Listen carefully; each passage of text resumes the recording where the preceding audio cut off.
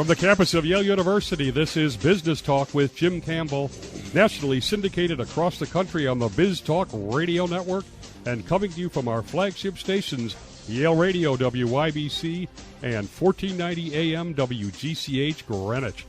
All talk and all business, 60 minutes of radio with leading figures from the world of business along with the business of politics and sports.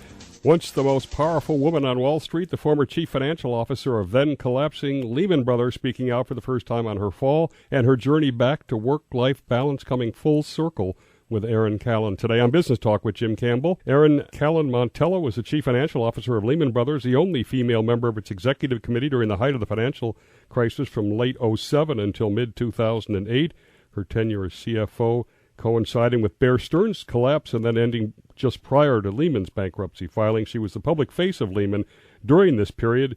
She was recognized in 2007 as a woman to watch by Fortune magazine in their annual review of the most powerful women in business. The New York Post ranked her as the third most powerful woman in New York in 2008, behind only Hillary Clinton and Anna Wintour.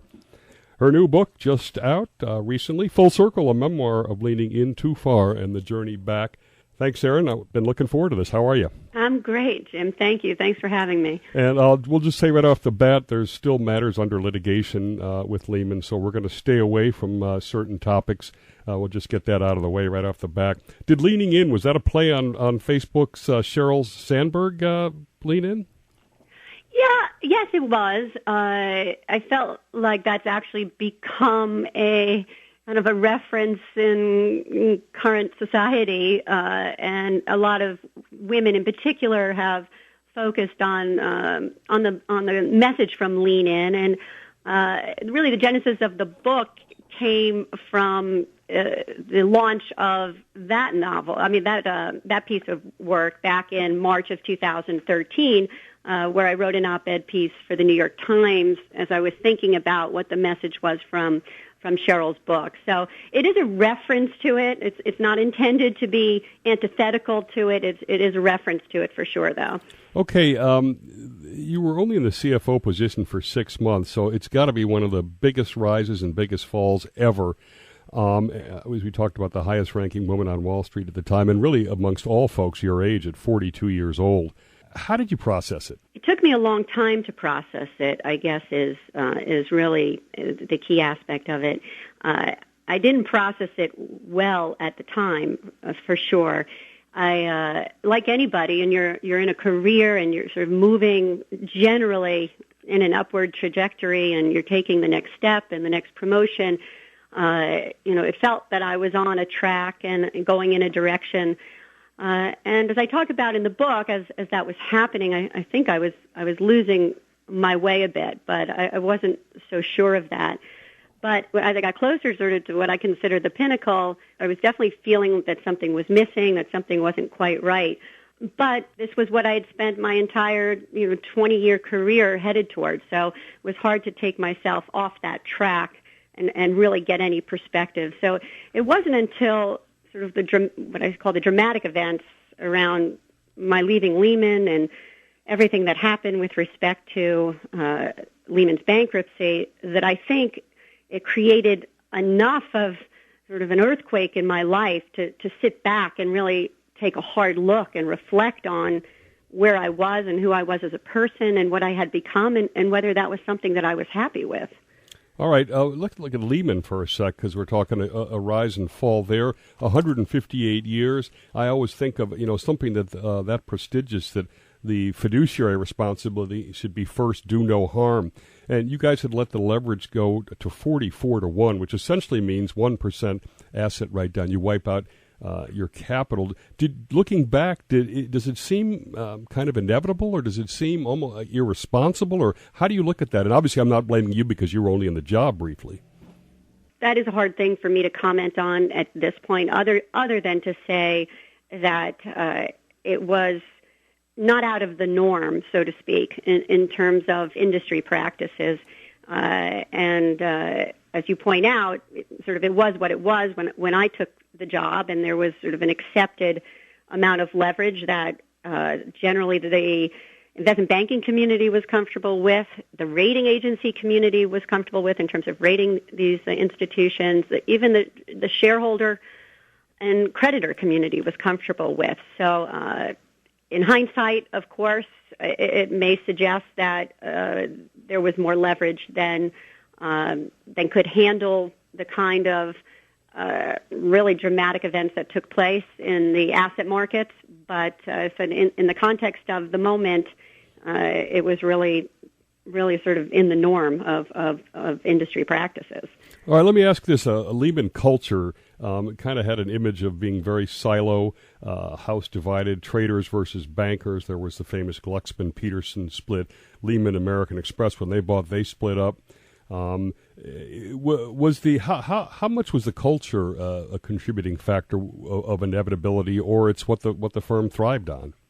Lehman had a fantastic culture, and I think if you speak with people from Lehman Brothers, most people will say how much they probably miss it, what an amazing culture there was. I think it had a very unique feel to it, and it was a tone set from top down.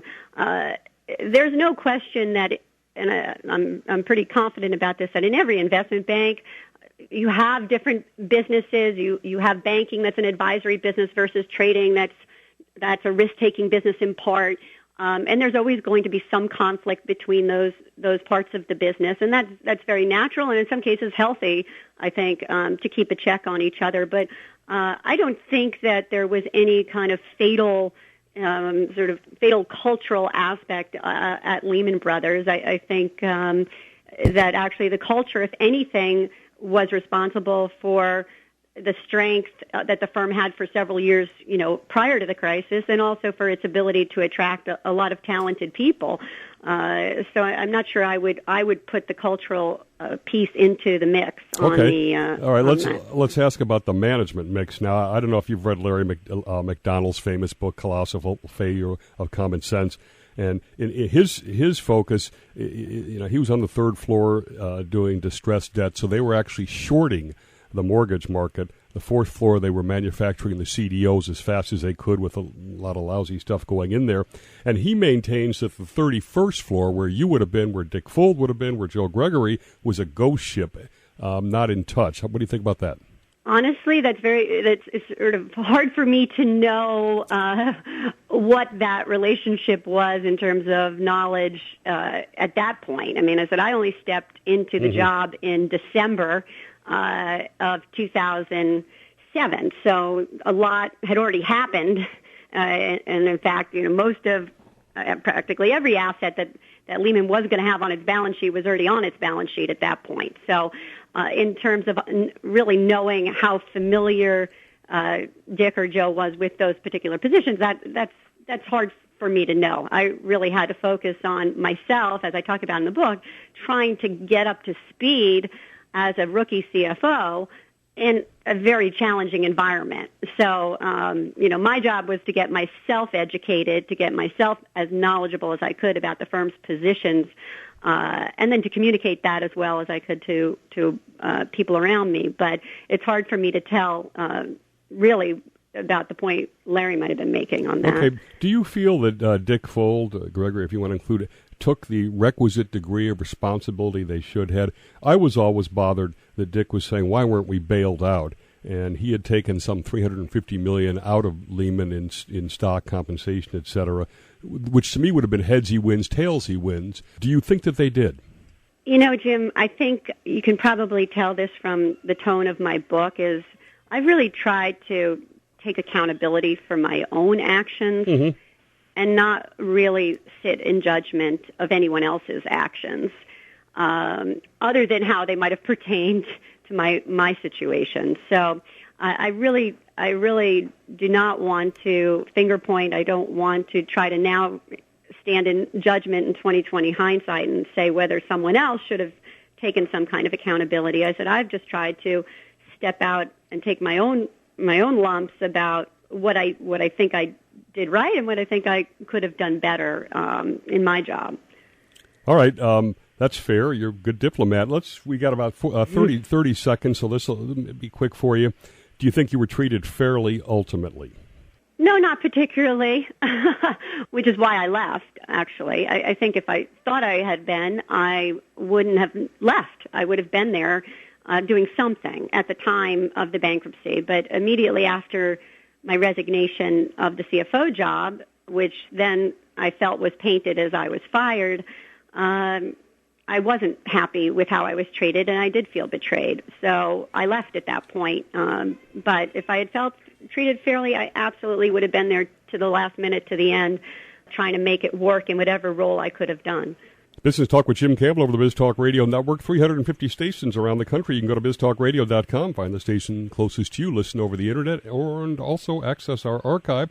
We're going to look a little bit back at the beginning of Erin Callan's march up right after this.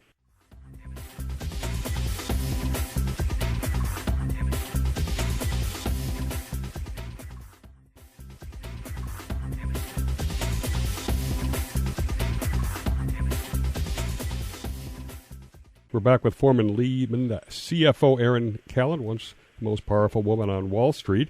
And before we go back to see the roots of this in Queens, I want to finish up on the front, again, focus totally on you. You hit bottom after this. You were Credit Suisse, we'll talk about a little bit later. And you actually tried to do damage to yourself. Take us to the bottom. The best way to describe it is when I left Lehman, I left really in a chaotic state, I guess fair to say, chaotic emotionally, and I didn't think I was going to leave, and then I felt that the firm had portrayed my resignation, which I'd offered many times, because I thought I lost credibility with a lot of the events that were happening. They turned my resignation into a public presentation of firing because I felt that was intended for Dick to look like he made tough decisions, and I didn't think they had any kind of legitimate job for me that anyone had considered. So I really was disappointed, and that's a real understatement. I really felt betrayed, and I stepped out. But given my sort of intensity of my focus on my career, and I had really made it my entire priority in life, I could not really handle the notion of sort of stepping out and getting perspective, which is probably what I should have done. My husband, Anthony, we weren't married at the time, kept encouraging me to take time and reflect, and I felt the need for redemption, like, get right back at it. And I jumped into another job because I wanted to feel good about myself, and that was how I thought I could feel good about myself. And I thought I could just put it all behind me, which was unrealistic, of course. But on top of it, about 10 days into my new job at Credit Suisse, the Lehman filed for bankruptcy, which I never anticipated. And about a week later, I had 2 FBI agents trying to serve me a subpoena. So I felt like I went in such a short time frame from sort of being on top of the world with this great reputation in my career that I worked so hard for over 20 years to now facing a criminal investigation, and I couldn't handle it. I did not have the resiliency within myself or the proper foundation of self-esteem to handle it. And I really just collapsed. I went to a very terrible place. And I don't know how better to describe it than to say your life's work and your good reputation, and then it's destroyed and you feel like it's just completely beyond your control. And at that point, I had many wise people around me that I had known in the business who said, look, get ready for 10 years of litigation. This is going to be your life for the next 10 years. So I really, to say I didn't handle it well would be an understatement. And my husband, Anthony, luckily got me through it and got me to a better place, but it took a long time. And it's funny, we started off with Lehman being too leveraged. You end up, it seems, too leveraged your self-esteem on work. Do you want to talk? Yes. You want to talk briefly about the Christmas Eve event? Well, no, I talk about it in the book, but it was actually the night before Christmas Eve, and it was December. Of 2008, and I had just that week done.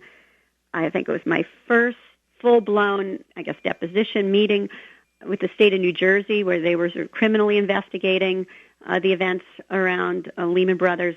I'd spent months at that point already prepping with lawyers regarding this initial investigation, and it was coming off of a few, the months of that and the initial meeting, and realizing that, what really was my situation, that I was now someone who was sort of a pariah, looking as someone who, basically was at the center of causing a financial crisis, and potentially having criminal liability for it. So I had a very emotional night, and I got in an argument with my husband over something stupid, and I took a bunch of sleeping pills,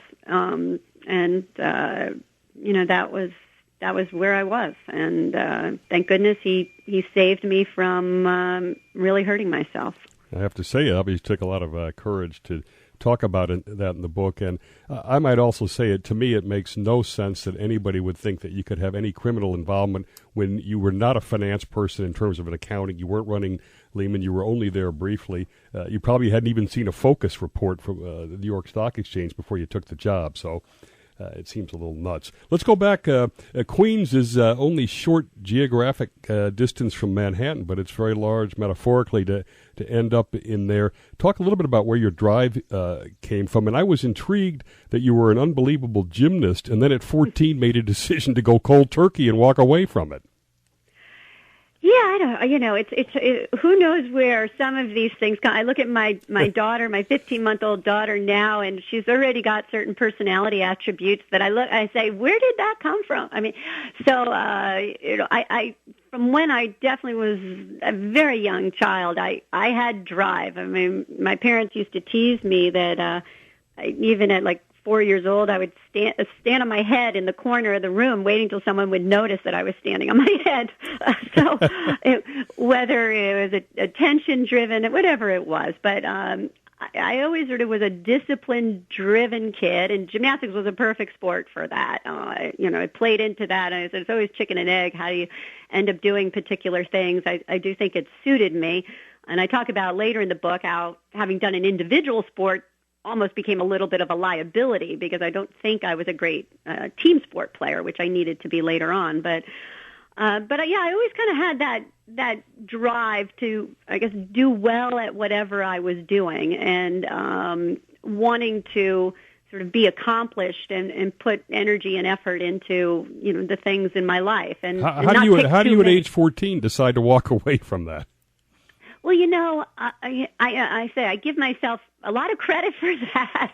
I talk about in the book, I wish I had that much sort of wisdom when I got into my 30s that I had at 14. But I don't, it's funny. I look back at it now, and I felt like I really had my priorities in order. I could look at it, and I said, hey, this is only going to last another 3 or 4 years. It's not like you're a gymnast at 25 years old.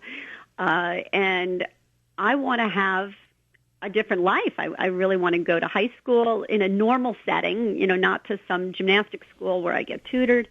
And I want to sort of go down a more conventional path. What I didn't anticipate was the void that really would be left behind when I made that decision. But I dealt with it.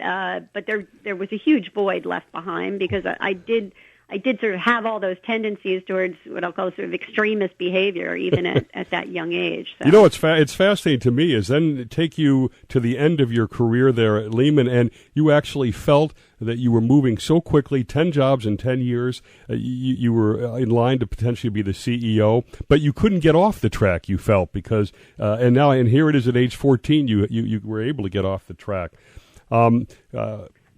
You're listening to Business Talk with Jim Campbell. We will be right back. We're going to look a little bit deeper into the fall of Lehman from as it related directly with Erin only before we get to the full circle comeback.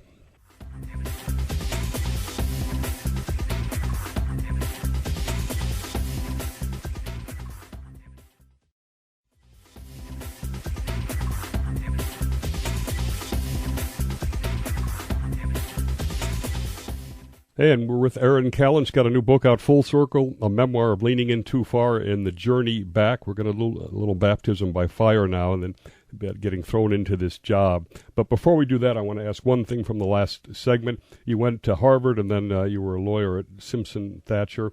You started to say that at the law firm, you started to divide yourself so that you didn't think you really brought your authentic self and in a sort of an integrated way. Was that a big issue? I think it was a big issue. You don't know where you get these notions from. I had this notion that, you come to work. I refer to it as like this disembodied intellect, and you kind of leave the personal side, at the door, so to speak. I think that why it became a bit of an issue for me is if you do that, you don't really thoroughly enjoy and engage, I think, the job. So for me, after 5 years or so when I was practicing tax law, corporate tax law, although I liked it intellectually and enjoyed it, there were a few different things popping up at that point. One of them was I sort of wanted to be a little more front and center on transactions and less of a consultant, which is the nature of it when you're a tax lawyer. But I also felt that because I hadn't really brought my true self to the office every day, that I wasn't as fulfilled, and it was easier, in a sense, for me to walk away and look for something else where I thought maybe that I would be able to do that. And I'm not suggesting the environment stopped me, but I don't know that the environment was as welcoming of personality as I think I ultimately found at Lehman and where I found I was able to do that. So things are looking a little scary on the street. Bear Stearns had a big episode with a fund, and then they went down.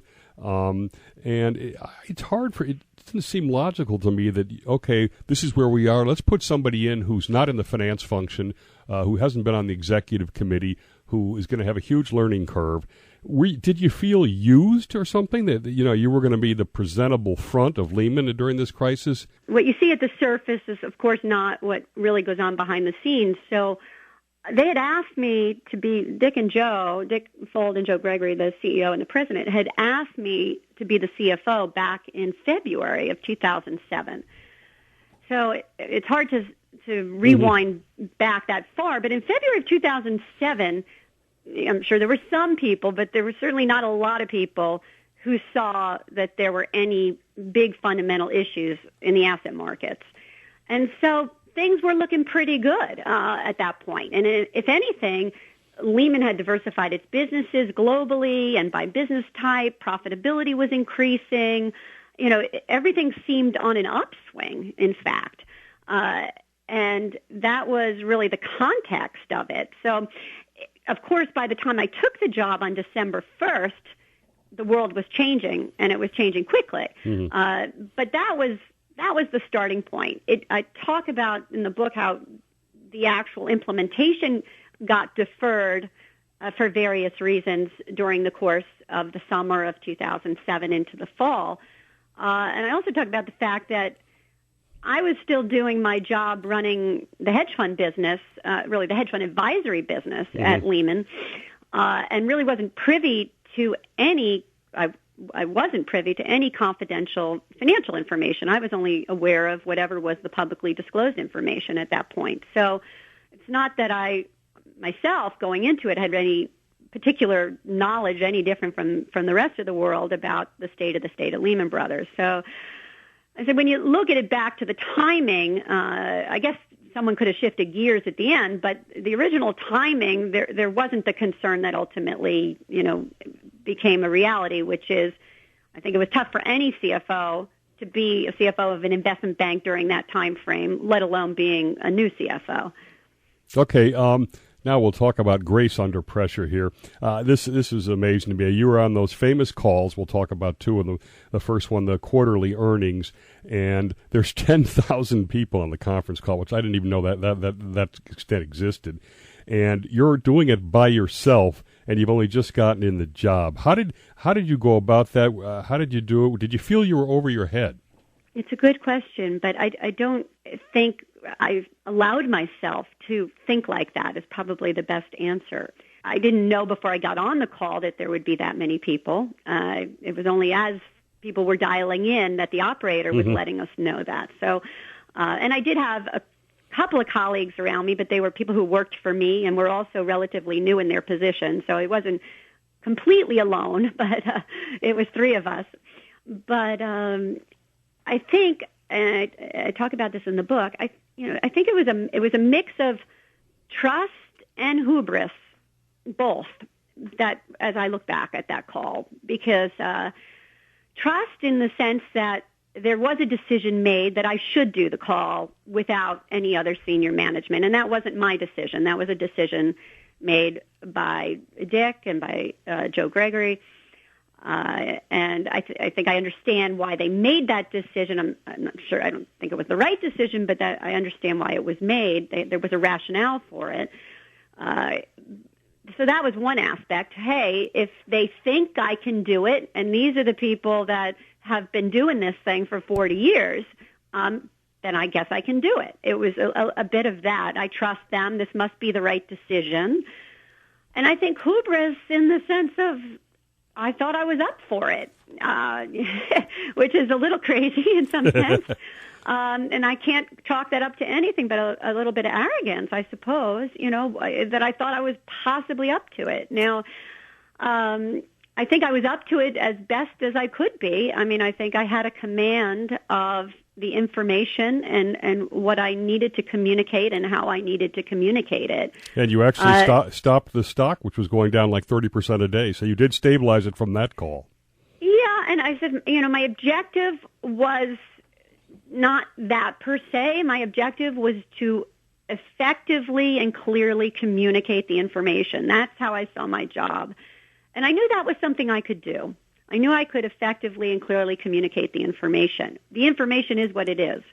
And so I said, when I look back on that, it's a little shocking to me how the events played out. And I think if I had probably more years under my belt and been a little bit more savvy in that particular role, I would have said, hey, this is not a great decision. Yeah. We need our CEO on the call. Bear Stearns nearly collapsed, a few days ago. This is how it has to play out. But yeah, it looked to the rest of the world, that they hung you out to dry, but as you say fairly in the book, that they hadn't been on those calls in the past, and they thought it might have fomented crisis if suddenly they're on there. But obviously you were alone. Let me talk about the second call. This was in mid-May with Einhorn, a famous call. And first I want to ask why you allowed a separate one to go.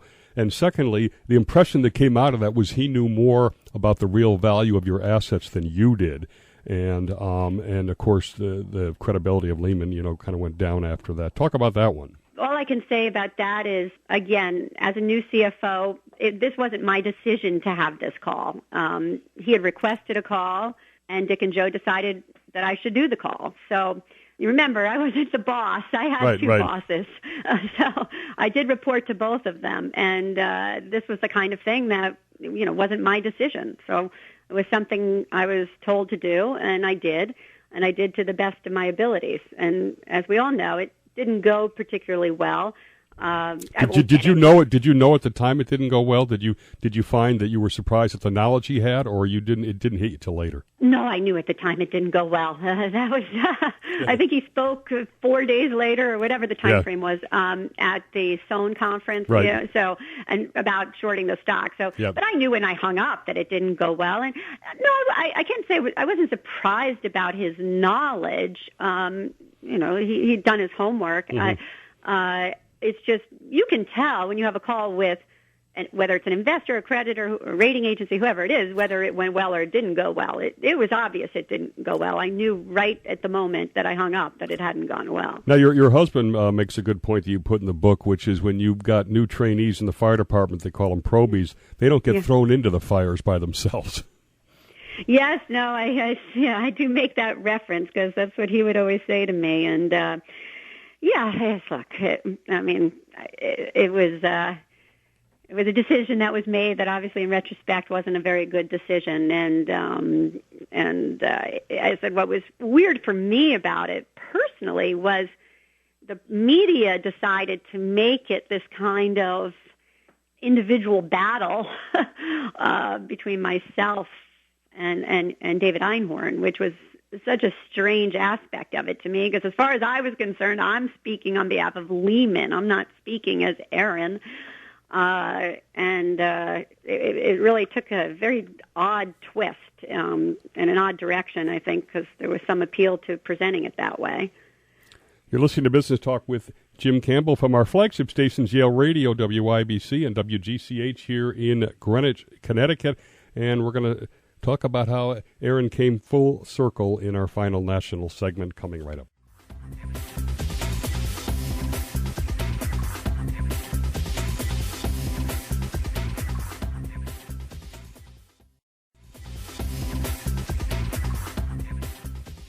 Our guest, Erin Callan, former Wall Street star, and she finds a life. Completing the full circle comeback. First off, it's very interesting in your book that all your big successes are coincident with relationship failures.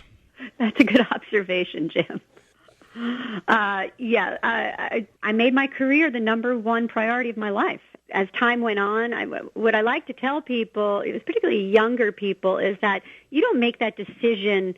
Most people don't make the decision at 18, 19, 20 years old. It's a decision that happens subtly. You erode your personal life and erode it little by little over time. And I took 20 years to completely erode it practically by just constantly putting a little more energy into the work part of my life and a little less energy into my personal relationships. So every time I'd get into a relationship, it start out okay, things would roll along.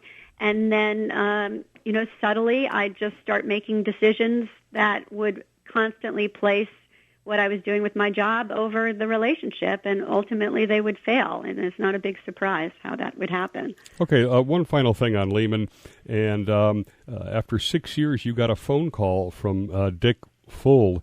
And you can tell us a little bit about that. And, the perception has always been that this guy just made you accountable. He hung you to dry, et cetera. One thing that always sort of bothered me after the fact was I did like Dick as a person, and I did think he looked out for me most of the time, and I did feel good about working for him as a CEO. So when all the events happened and I felt betrayed and I left, I never knew quite how to square that with what had been my prior judgment. And Dick calling me all these years later really spoke to the fact that I think my judgment wasn't as flawed as originally maybe perceived, because he did call and he did talk to me about what happened and how bad he felt and how much he had respected me and how he had thought I was the right person for the job and how badly he felt about how all the events played out. So I do think there's a lot more to Dick than people give him credit for, and there's not a lot of people that probably know him very well, but I'm not going to say any bad things about him. No, and to your credit, you said that you took the call and it meant a lot to you, but you were healthy enough at this point that it didn't change your whole world, your self-esteem. How about getting to the hero? One of the heroes of the story is Anthony Montella, who's your current husband. He emails you coldly after an interview with Maria Bartiromo, who we've had on. Talk a little bit about that big change. Anthony's the reason sort of for everything. He's the reason I'm here right now. He's the reason I'm living a happy life right now. I have a beautiful daughter, and I say in the book, you think it'd be the worst possible moment that this person who I knew from when I was a young kid in high school sees me and decides he's going to try to email me, guesses at my email just to say, hey, wow, I think you're doing something amazing, back and forth. And then, we finally get together, and he turns out to be the love of my life. And the person, however, on top of that, who grounded me and gave me some kind of foundation and something to hold on to, and most importantly, perspective. Anthony had gone through his own dramas. Anthony's worked in Midtown Manhattan as a firefighter, and his entire company was there at 9/11. It was his first day of vacation. He lost his company. He had to live with sort of survivor guilt, and he went down to the site right after. But, he was through a real drama, not the kind of drama I went through. He went through a real drama, and he gave me a sense of perspective on what really happened and what life was about. And he's led me to this place now that I have real happiness because I've really gone back to what I say full circle to the priorities I really grew up with, which was family and friends and relationships. And so he really is the hero of my story. I call it the 3 Gs from your book, Golf, GOP, and God. What your father originally wanted you to do. Tell us who you are now, what you're doing now, what your mission is now. My mission now is to raise my daughter as well as I can, be a great mom, be a great wife. I don't advocate this sort of strange way I've lived my life. I sort of had young women come to me and say, oh, isn't it great? You worked really hard for 20 years on your career, and then you stepped out, and now you get to live, you're like basically 20 years of a personal life or however long it's going to be. And I say, that's not balance. That's not a good strategy. That's not how you want to do it. So I've never achieved work-life balance. All I like to talk about is the fact that I didn't achieve it. I'm trying to live the other part of my life now, the part I completely missed out on when I was spending all my time at work. And I'm lucky and blessed that I get to do that. I get to focus on my daughter, and I get to focus on my husband. So it's a radically different life, but for the kind of person I am, I think I needed to do things radically differently than before. So you're an all-in kind of person, obviously. So this is how you define all-in now. Do you think that at some point that you might want to go back and do something in the work world, or not, or this is going to be the mission? Writing this book was something different, but something that wasn't exactly, being a wife and mother every day. Mm-hmm. I think I have a message to share that was the point of writing the book, and I really look at it as, I'm not sure. I really am going forward with, we'll see where things take us. I'm happy to have written the book. I've gotten so many amazing responses from people about how it spoke to them, how it made them feel better, how it inspired them, whatever it did. And I feel so good about that's what's come of it. So sort of just taking it each day and deciding, where I go with it, if I go anywhere with it. But I think going back to any kind of conventional finance job, no, that's not in the picture for sure. That's not where I want to go with things. But maybe a good golf handicap? Not yet. I just had a baby 15 months ago, so there hasn't been a lot of golf over the last 15 months, let's put it that way. But eventually, maybe. I'm hoping. Do you have a final 30 seconds for young women and young men who are just going into this world? The most important thing I could share, as I mentioned it a little bit earlier, but is, no one really starts out wanting to make their career their entire priority and wanting to give little to no energy to their personal life. But we do make a lot of decisions every day that lead us to a place, or decisions we don't make. And you just have to be cognizant of, is that the direction you want to go? And when you make those little decisions, what are going to be the implications cumulatively over time? Well, a lot of grace under pressure. And as I say, when somebody faces a fall, the issue is, do they get back up? And obviously, Full Circle is an appropriate name of the book, a memoir of leaning in too far and the journey back. It's self-published, which, by the way, was also interesting to me. You said that you guys even were going to mandate a work-life balance versus a publicity tour if you've used a major publishing house. I guess that's living your words. Our next show, we've got a professor of psychology at Northwestern University, Dan McAdams. He's done an objective study. Is Donald Trump psychologically fit to be president? Thanks to Erin Callan. Thanks to our national audience for listening. We'll see everybody next Sunday on Business Talk with Jim Campbell.